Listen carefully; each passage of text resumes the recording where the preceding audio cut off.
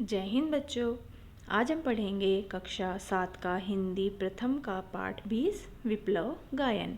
इसके कवि, इसके रचयिता बालकृष्ण शर्मा नवीन जी हैं। इस कविता के रचयिता लेखक बालकृष्ण शर्मा नवीन जी हैं। विप्लव गायन, विप्लव का अर्थ होता है विद्रोह, विद्रोह भरा गायन। विप्लव गायन मतलब विद्रोह भरा गायन। तो इसमें कवि क्या बताना चाह रहे हैं कि जो पुरानी कुरीतियाँ, पुरानी कुप्रथाएं हैं और गुलामी की जंजीरें हैं, जड़ता हैं, उनको तोड़कर अब हमें गतिशील और विकासशील बनना चाहिए। वो सभी नागरिकों को और जो कवि हैं, नव युवक हैं, नए जो ये कवि हैं, नौजवान कवि हैं, उनको आह्वान करते हुए कह रहे हैं कि अब हमें ऐसे गीत गाने की आवश्यकता है जिससे सभी जगह क्रांति उत्पन्न हो जाए, हलचल मच जाए और जिससे हम नए राष्ट्र का, नए समाज का निर्माण कर सकें। ठीक है ना। तो कि अब हमें प्रेम और शांति के गीत गाने की आवश्यकता नहीं है, क्योंकि कवि जो है प्रेम और शांति भरे गीत गाते हैं, लेकिन बालकृष्ण शर्मा नवीन जी जो हैं वो क्या कह रहे हैं कि अब हमें विद्रोह भरे गायन, विद्रोह भरे गीत गाने की आवश्यकता है, जिससे कि सभी जगह हलचल मच जाए, नई क्रांति आ जाए और हमारे नए समाज का और राष्ट्र का निर्माण हो। तो ये शुरू करते हैं कविता। कवि क्या कह रहे हैं?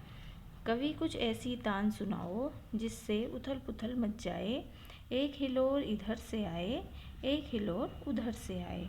सावधान मेरी वीणा में चिंगारियां आन बैठी हैं, टूटी हैं मिजराबें, उंगलियां दोनों मेरी ऐंठी हैं। तो कवि इसमें क्या कह रहे हैं कि कवि सभी कवियों को और जो नव युवक हैं और नागरिक हैं, सभी को आह्वान करते हुए कह रहे हैं कि अब ऐसी तान सुनाने की, ऐसे गीत गाने की आवश्यकता है जिससे उथल पुथल हलचल मच जाए। ठीक है ना, जिससे हलचल मच जाए। ऐसी तान मतलब गीत गाना, ऐसे तान या गाना गाने की, तान का मतलब होता है गीत। ठीक है।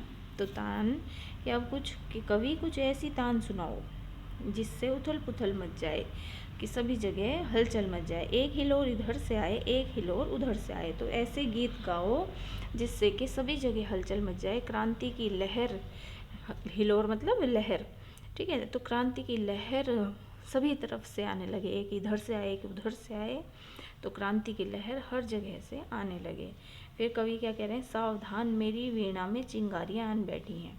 अब कवि कह रहे हैं कि मैं गाना चाह रहा हूँ, तो मेरी जो वीणा है, वीणा क्या है जो जब गाते समय बजाते हैं, जैसे सरस्वती माँ के पास वीणा होती है, इस तरह की वीणा।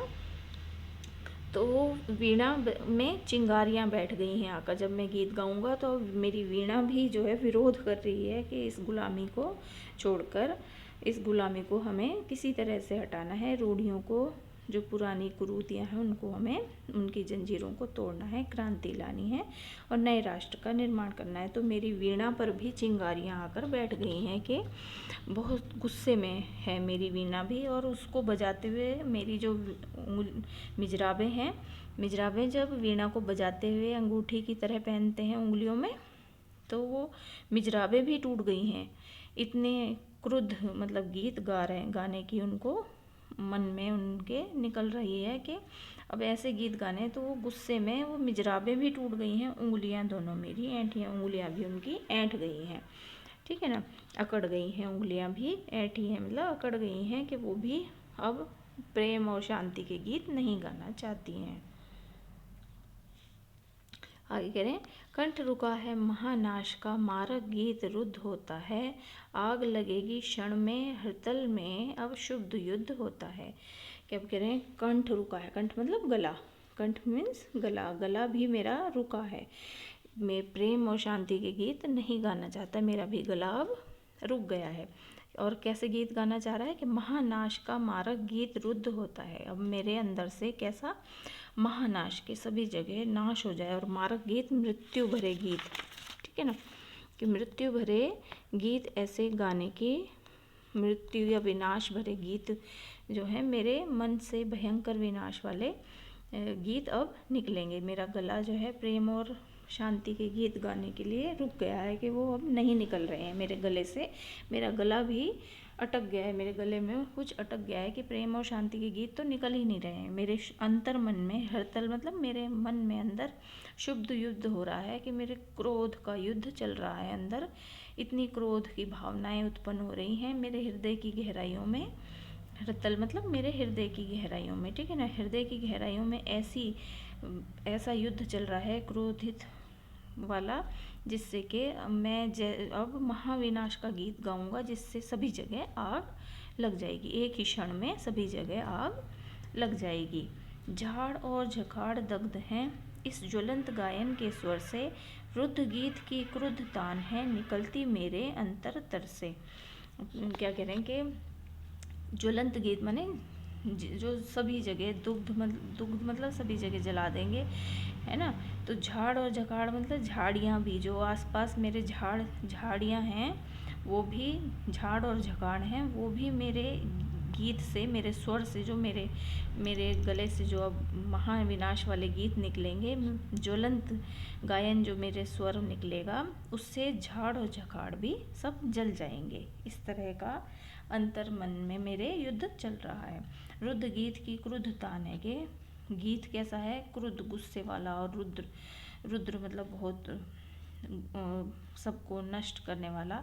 इस तरह का रुका हुआ मेरे अंदर से गीत, क्रोध वाला रुका हुआ गीत निकलेगा, निकलती मेरे अंतरतर से, है ना। तो कि ऐसा गीत मेरे अंतर मन से ऐसा निकलने वाला है जिससे सभी जगह क्या हो जाएगा, महाविनाश हो जाएगा। मृत्यु ही मृत्यु, सब जगह महाविनाश के गीत मेरे मन से निकलने वाले हैं, तो सभी जगह विनाश हो जाएगा। आगे कह रहे हैं, कण कण में है व्याप्त वही स्वर, रोम रोम गाता है वह ध्वनि, वही तान गाती रहती है कालकूट फणी की चिंता मणि। कि मेरा जो कण कण से अब ऐसे स्वर व्याप्त हो रहे हैं, ऐसे स्वर निकलने वाले हैं। मेरा रोम रोम वही गीत गाने के लिए तैयार है। आप सब भी ऐसे ही गीत गाइए जिससे क्रांति की लहर आ जाए, है ना। नवयुवकों को और कवियों को आवाहन करते हुए गा रहे हैं ना, ये कह रहे हैं कि अब ऐसे गीत गाओ जिससे कि मेरे रोम रोम में तो इस तरह के गीत ही निकल रहे हैं मेरे अंदर से, किस तरह के, कि सब जगह सब जल जाएगा। इस तरह के गीत मेरे स्वर जो हैं निकलने वाले हैं। तो अब कण कण में वही स्वर मेरे व्याप्त है और रोम रोम भी यही गा रहा है कि सब जगह क्रांति लाने की आवश्यकता है। तो वही तान गाती रहती, जैसे जिस तरह से कालकूट फणी की चिंतामणि, के इस तरह से जैसे शेषनाग जो होता है वो अपनी मणि की चिंता करता है, अपनी मणि को किसी को छूने नहीं देता है ना। तो उस कालकूट मतलब जहर, और फणी मतलब शेषनाग, और चिंतामणि, तो शेषनाग जिस तरह अपनी मणि की चिंता करता है और उसके अंदर विष भरा हुआ है, इसी तरह से मेरे गीतों में भी विष भरा हुआ है। मैं अपने राष्ट्र और समाज की चिंता कर रहा हूँ मणि की तरह, और मैं किसी को भी इसको लेने नहीं दूंगा, और अगर कोई भी लेगा तो मैं अपना जहर कालकूट जो है उसके अंदर पहुंचा दूंगा, जिस तरह से शेषनाग पहुंचाता है।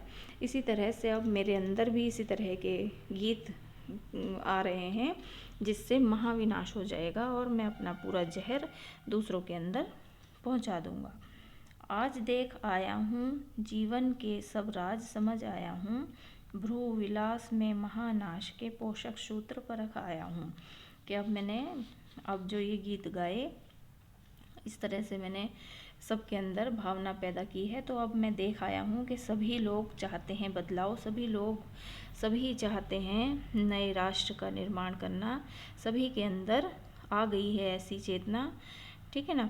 तो उनके अंदर जो मैं देख कर आया हूँ कि मैं सभी जगह देख आया हूँ, जीवन के राज समझ आया हूँ, ठीक है। मैं सभी जगह देखा हूँ कि सभी लोग चाहते हैं इस चीज़ को कि हम आज़ाद हो जाएं, पुरानी प्रथाओं को छोड़कर हम आगे बढ़ें, विकासशील बने, गतिशील बने, सभी ये चाहते हैं। लेकिन अभी शुरुआत कोई नहीं कर रहा है। तो कवियों को आह्वान करते हुए कह रहे हैं कि सभी लोग ऐसे गीत गाइए, और मैं परख आया हूँ कि सभी करना चाहते हैं इस चीज़ को।